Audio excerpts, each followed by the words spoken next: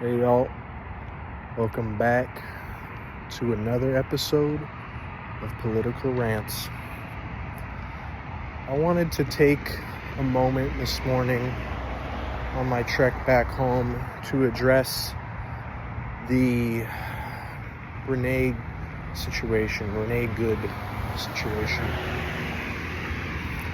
So, this is a 37-year-old woman who is a mother of 3 and apparently more or less a leftist sort of operative in the whole paid protester alerting people of ICE and, stalking them, tracking their location, kind of like in this, elite libtard spy, sort of thing that people apparently have going. So that is basically what she was, and this is a really unfortunate situation, and subsequent riots and shootings have also occurred all the way in Portland, Oregon. Apparently 2 people were shot for attempting to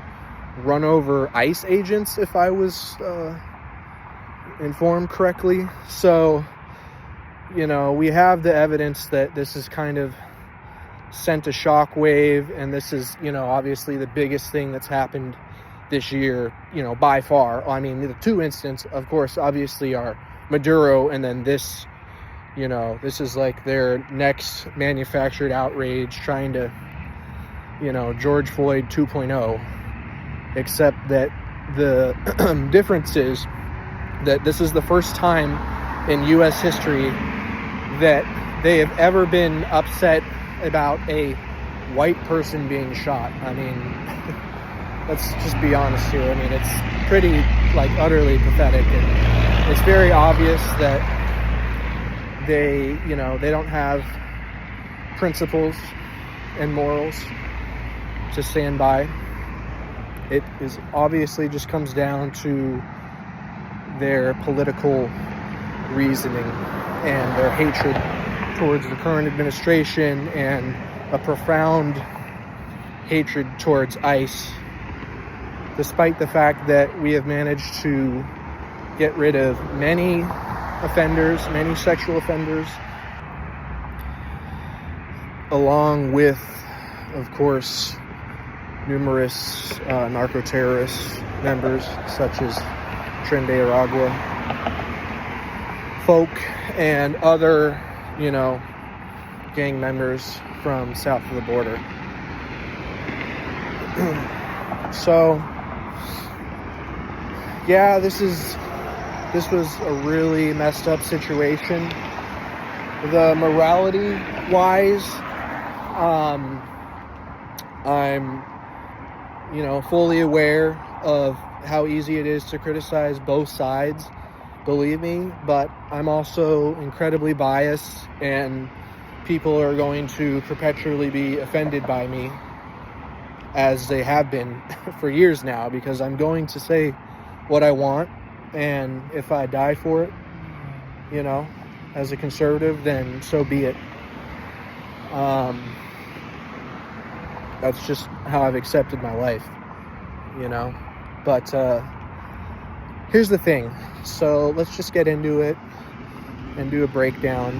So this individual was quite literally stalking and harassing federal agents for an extended period of time prior to the incident occurring. So this wasn't just some random thing. It wasn't an unlawful, action or detainment. So basically, the gist of it is she was obstructing justice and interfering with federal agents. So this wasn't just a let's flex our authority for no reason and ask to detain someone. That's not, whatever narrative that's being pushed, whatever their defense is. I mean, get real, please. We know that you're just fucking full of shit. We know it's bullshit. It's unfortunate. It's easy to say, oh, you could have done this, or they, the things we've been saying for years collectively, they need better training, this and that. Okay, well, they do, but we haven't addressed that. And the number one best thing you can do with police interactions is deal with it later. Just comply. You wonder why, even when I've had guns pointed at me, and even when my life is at risk, you wonder why I'm from them for no reason. You wonder why I'm still alive, and because I just fucking complied.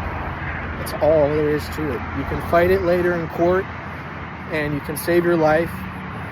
When I see deranged individual that maybe is low IQ or has mental problems or behave this way, the first, thing I feel is, not really bad for them, but then, I take some time and reflect, and I realize, it's kind of sad, but I just struggle to feel that way. I mean, if you are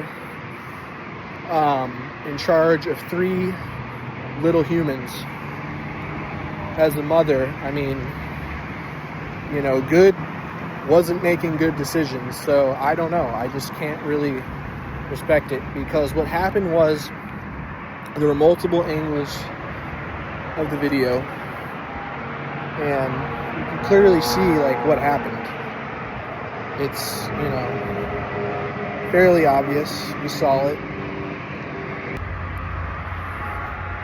because the thing about that is, in that particular situation, a weaponized vehicle is considered a deadly weapon in the eyes of the court. So people, really get their feathers ruffled over it. But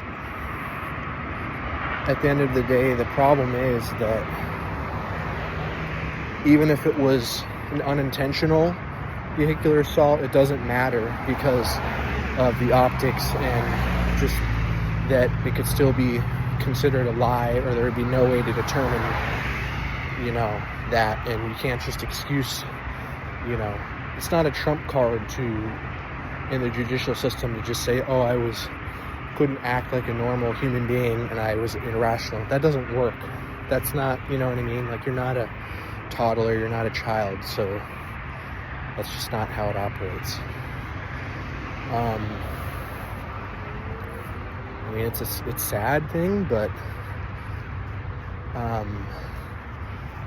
I feel more bad for the family, but not struggle with feeling bad with people that are so quick to throw stuff away like that, throw it away. Over what? Over nothing, because we're obstructing stuff or being obnoxious and following them and just being disruptive. I mean, it's just kind of like one thing to be like a soldier, actually have a legacy and actually fighting for freedom, actually fighting, but this is just pathetic, utterly pathetic, and it's a disgrace. So it's really sad. So anyway, those are my thoughts on it. Thanks for watching. Make sure to like, comment, and subscribe, and I'll see you on the next one.